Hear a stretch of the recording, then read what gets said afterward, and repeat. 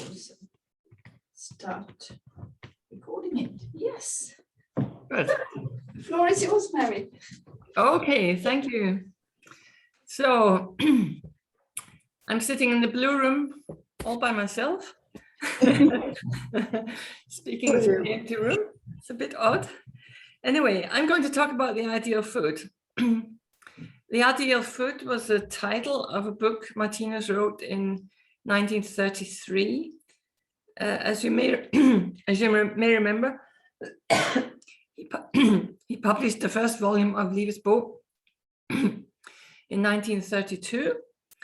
And then, as Anne said yesterday, then he took a break from Liebesbuch and he wrote 3 books, actually. He wrote The Ideal Food in 33, B Settles, which we've temporarily called in English On Funerals, in 34, and then he wrote Logic before he wrote volume 2 of Liebesbuch, which is interesting in itself. So The Ideal Food and On Funerals are 2 major works. Even though The Ideal Food is a rather small book, I think the content is really enormous.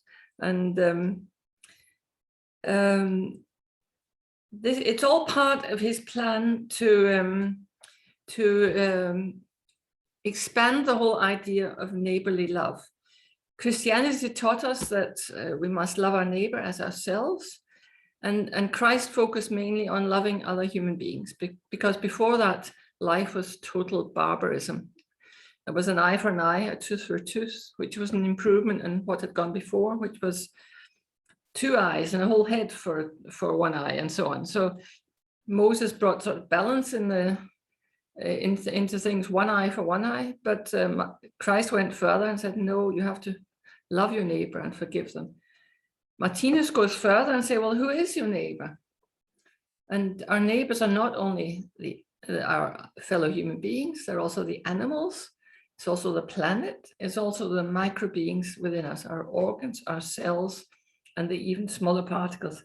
And the focus of the Ideal Food is this love to not just human beings, but to the animals, to our organs, and the smaller particles. And I want to, here you see on the screen the first publication of the Ideal Food in the magazine Cosmos in 1933. It came as a series. And I want to look at nutrition in the context of evolution. We can see here, I guess most people are familiar with Martinus's main symbol. I guess it's not new to anybody. So you understand we have the mineral kingdom here, the plant kingdom, the animal kingdom, and we belong to the second part of the animal kingdom. And we are heading towards this star, 5-pointed star, which is cosmic consciousness, or total initiation into the mystery of life. And it's in this epoch that the evolution of nutrition takes place. So there are various principles. We can see that in the plant kingdom, nutrition takes place in the beginning of the plant kingdom through the plants sucking nutrition through their roots and getting nutrition from the sun. So it's a totally non-violent kind of a nutritional principle. But as we progress in the plant kingdom, towards the end of the plant kingdom, you get the so-called insectivorous plants. Plants that begin to develop a sort of digestive system. They invent various ways of trapping insects.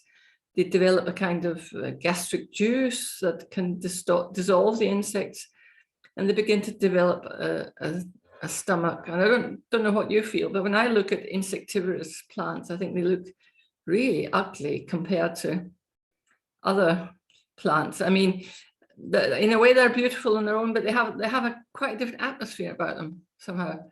There's a big section at the botanical gardens in Copenhagen with these insectivorous plants, and it's quite a special atmosphere. And then through the animal kingdom, there are 2 epochs. One is where we eat meat, and others, another epoch where we are vegetarians. We have sheep, for example, who are vegetarian, and cows are vegetarian, and so on.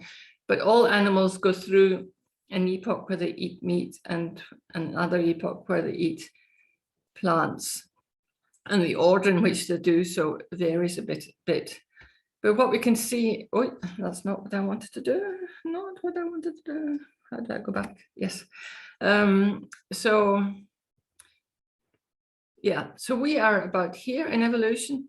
We are part animal, we are part human being, and one could say our nutritional system is part animal and part human. One of the things that happens, that's going on in our epoch of evolution here, is that our sense of taste has been very much disturbed. It's become very unreliable.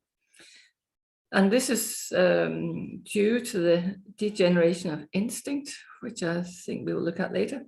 And this causes us to be able to eat things that are more or less indigestible. For example, if we can eat meat, it's due to this faulty sense of taste, this unreliable sense of taste. And the digestion of meat demands an enormous exertion of energy for the body. So it causes a great loss of energy. So it's not ideal for us today. It was ideal when we were lions and tigers, but not now. This faulty sense of taste also means that we can eat or consume substances that are not food at all and are far, far too strong for the body. So there's things like tobacco, alcohol, drugs, which are all vegan, good vegan whiskey and heroin and tobacco. You could be vegan and take all those things.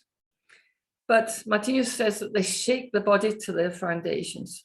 And he says that that consuming these substances will lead to illness sooner or later. This, I hope you can see it. It says here, there's a quote from Jamie Oliver, the cook.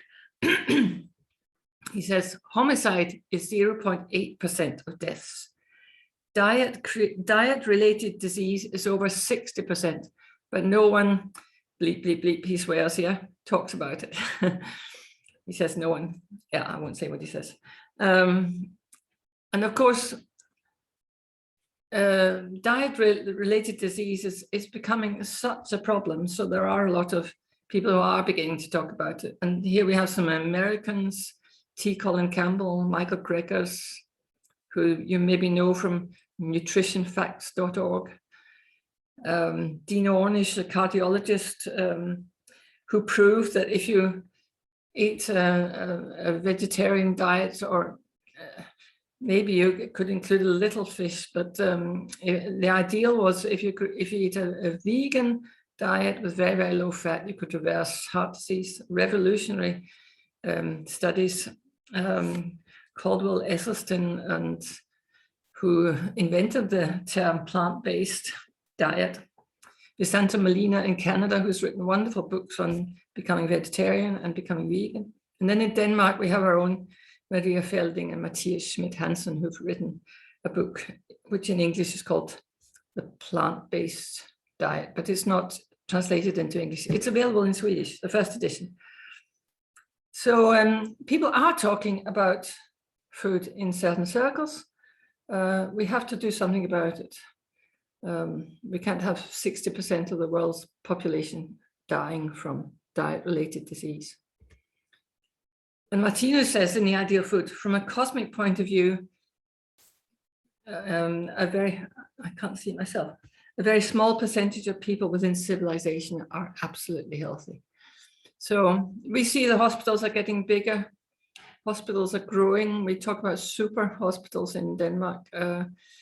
They're growing to be almost cities in themselves. So we have a lot to learn.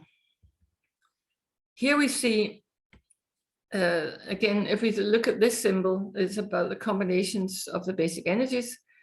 And we see what's going on. We see the plant kingdom here, and we see the animal kingdom to which we belong. I'll just take it rather briefly. These are the energies that rule in our consciousness. And we see the energy of instinct, which is responsible for automatic functions. The energy of gravity, which has everything to do with aggression and killing and breaking things down. Physically, it's heat. And then we have feeling, which is everything to do with human warmth and compassion, but physically it's coldness. Intelligence, which is our ability to analyze. Intuition, which is our automatic ability to analyze. And this one is memory. But what we see here is this, if we concentrate on the second half of the animal kingdom, we see that instinct is degenerating. And that gives us a lot of problems in many areas of life, that things that were automatic for us before, we didn't have to think about, we now have to think about. So now we could automatically find what food we needed before, but now we have to make something called nutritional science. We have to write books about it and study it and make enormous studies all around the world to find out what we should eat and what we shouldn't eat, because our senses have become so unreliable. So this is what's getting us into the trouble. But we see that as instinct is degenerating, then intelligence is growing. So we're applying intelligence to an area that instinct governed before. So, and it affects other areas of life too, but I won't come into that now. Martinus talks about a catastrophe that occurs.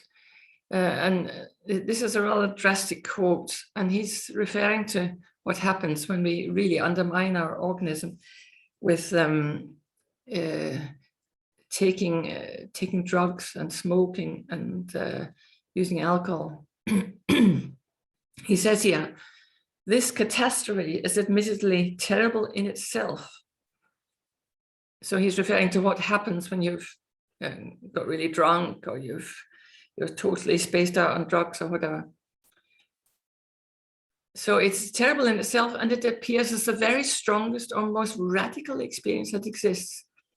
But on the other hand, because of its strong effect, it completely stops the undermining and thereby brings the individual back to normality, or what's natural, so that it will use its will and power to ensure that it will never again, within the present spiral of evolution, depart from the normal or divine paths within the sphere of nutrition. So within the present spiral of evolution, it's an enormous epoch. So when you've hit rock bottom, when you've really destroyed yourself to such an extent that the only thing you want is normality, excuse me.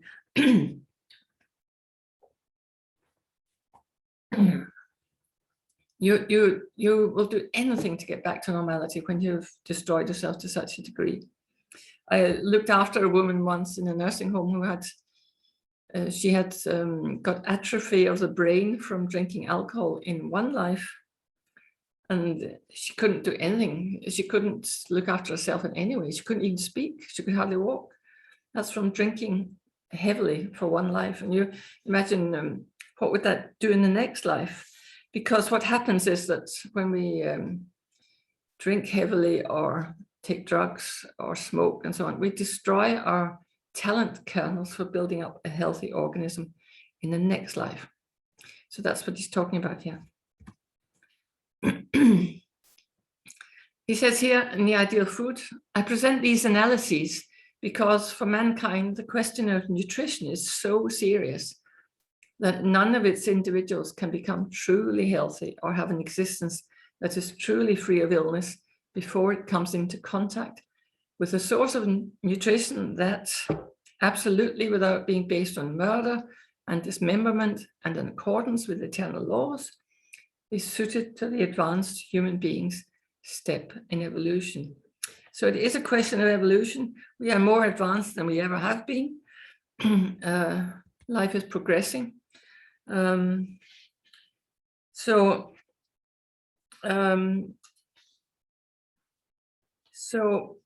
Martinus,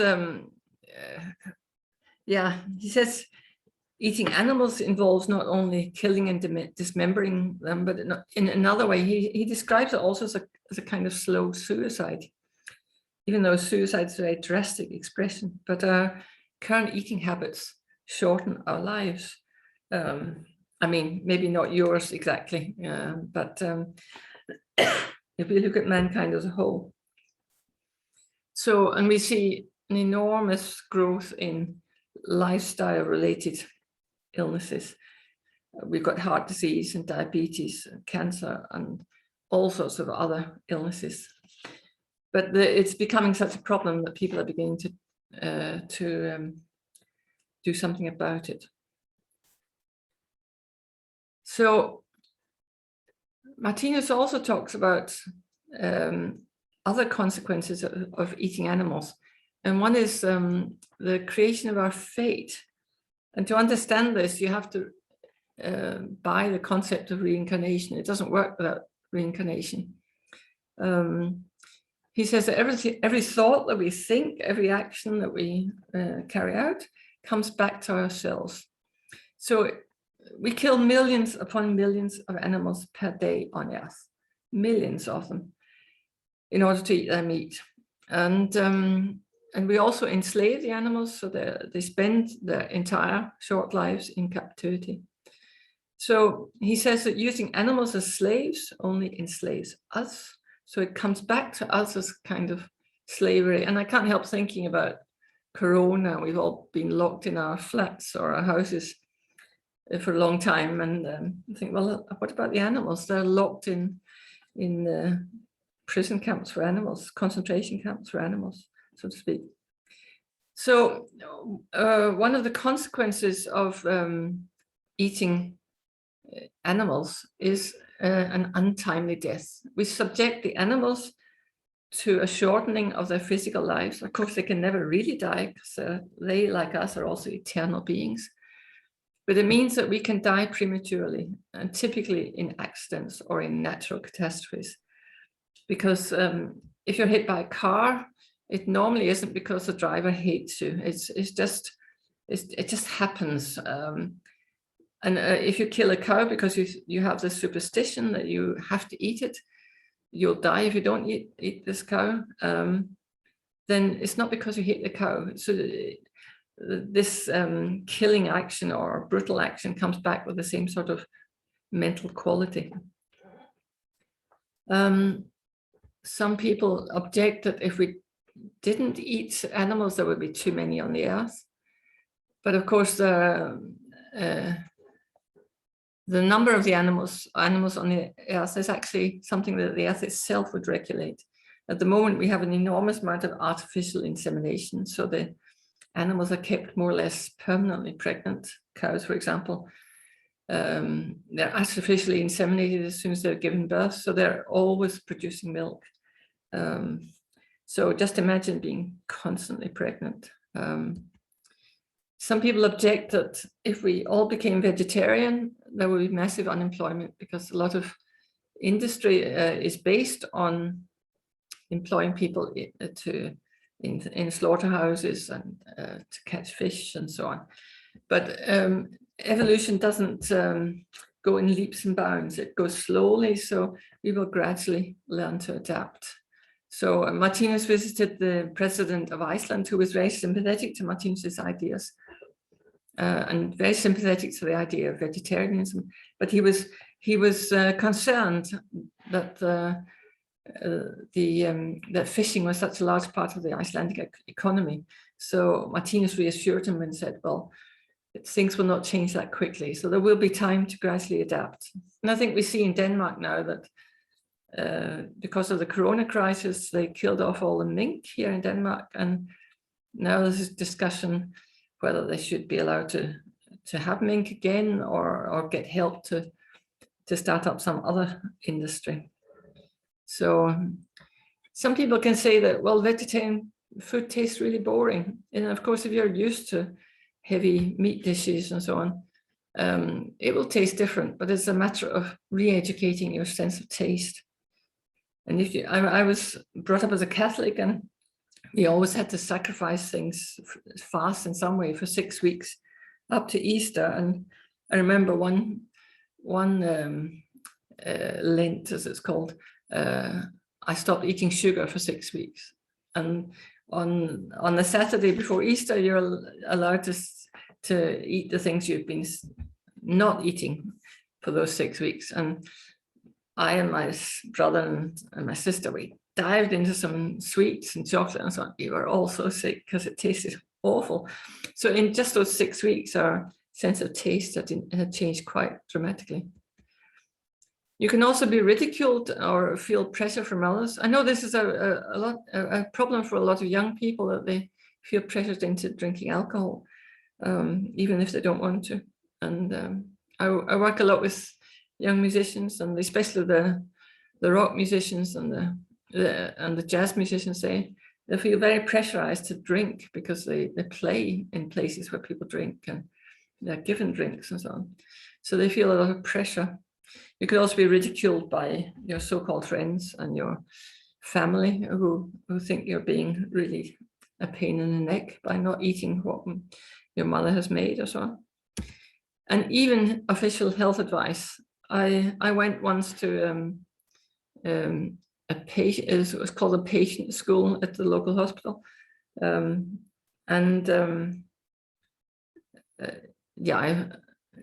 won't go into why, but I had to see this dietitian. It was part of this package, sort of rehabilitation package, and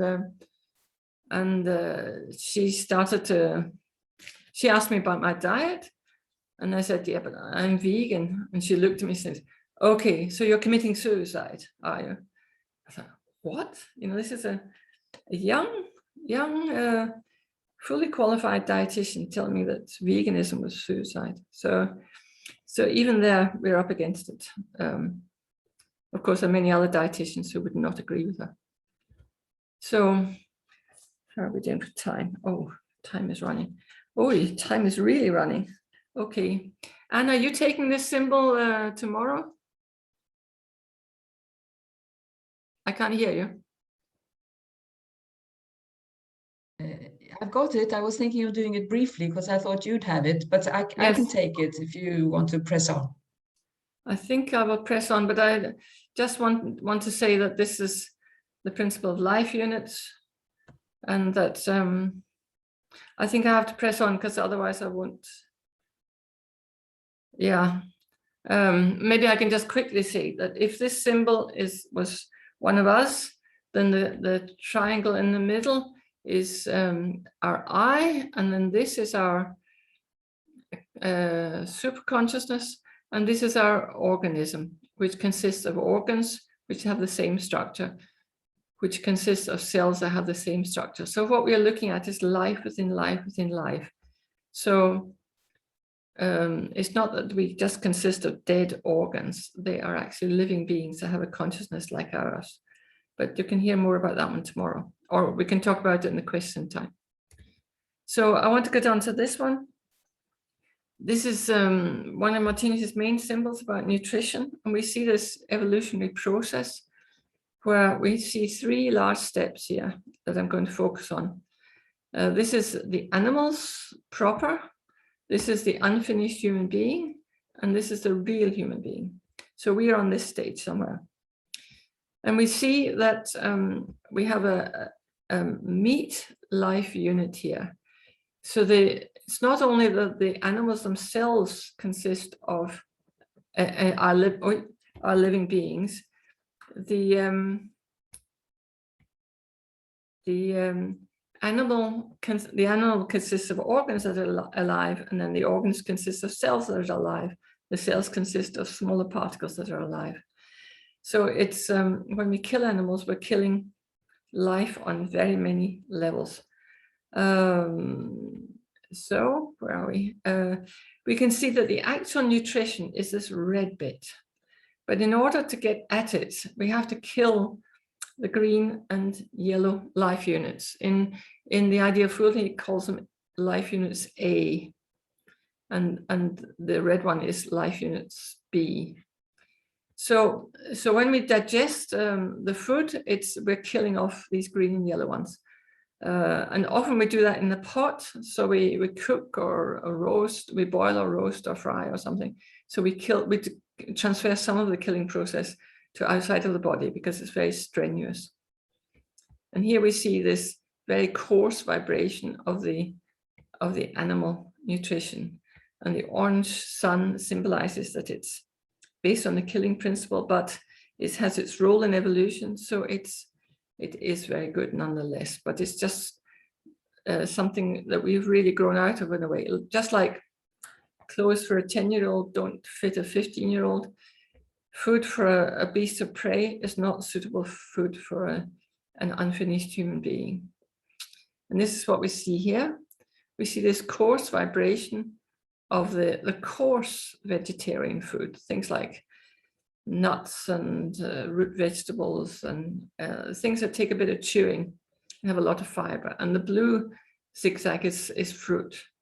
And here we see the life unit in this ideal food for us at the moment. We see that there's a black circle around the red part. The red part is this real nutrition, which Martinus actually describes as an electrical wave, which takes a bit of understanding, I must say. But anyway, the real nutrition is electricity, but I haven't fully understood that myself, I must say. And then moving on, we can see that further on in evolution, we will be real human beings when we will be able to live on fruit alone and air, of course. We live on air at the moment as well. The vibration of fruit is too refined for us to manage to live on that at the moment solely. We need some roughage, we need some resistance in our digestive system. And then when we get further on in the spiral cycle, the principle of physical nutrition ceases. So it's only in these realms. Well, the plant kingdom is not shown here. So it ceases. So to sum up, we can say that in the plants, they get their nutrition through the earth. They suck nutrition through their roots. They get nutrition from the sun. And then we get these fly trappers that begin to catch insects. And then here we see another one who's developed another system. The plant can catch the insect on some sticky stuff and then put the lid down on it so it can't escape, and then it falls to the bottom and gets digested in the gastric juice at the bottom. And then we see the beast of prey that has to kill in order to live. This is the ideal food for a lion, but we're not lions anymore. This is the ideal food for a polar bear. But we have it prepared by a butcher so that it looks more acceptable. We don't. A lot of people, if they had to kill the animals themselves, they would be vegetarians immediately. But they can take it when it's packaged and doesn't look too bad. The same with the fish.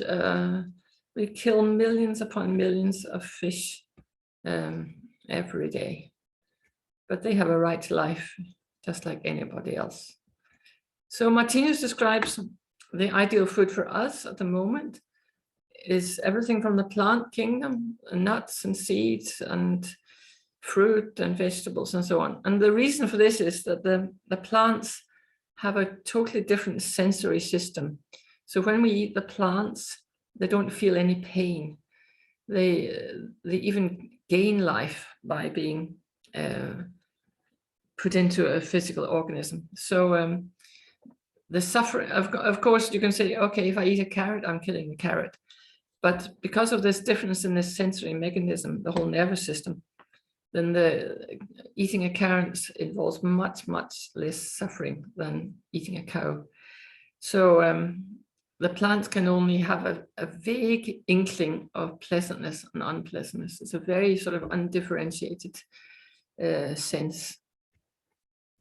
And here we have the food of the future. That will be fruit and a little bit of air in between.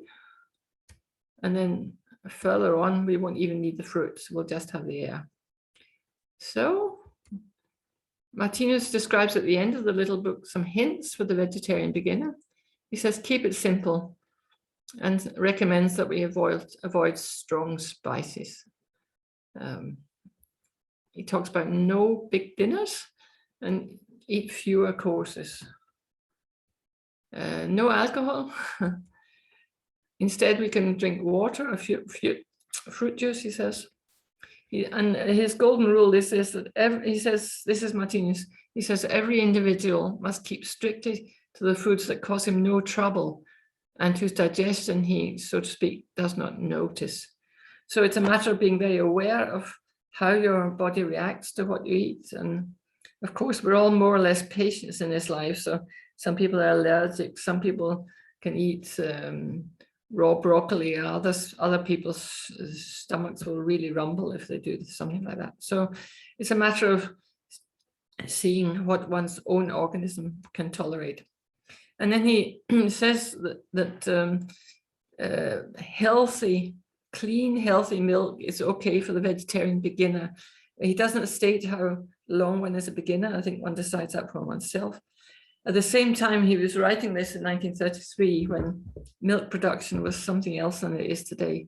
Today, the whole dairy industry involves so much killing of the cows, and there's so much bacteria and pus in the milk, and it's full of antibiotics and hormones and stuff. So I think it's not a matter of course that the milk people serve today is clean and healthy, but the future is vegan. So he describes it as a transition thing for the beginner. So here are some references: the ideal food, and then you can read about food in the Eternal World Picture, volumes 1, 2, and 4.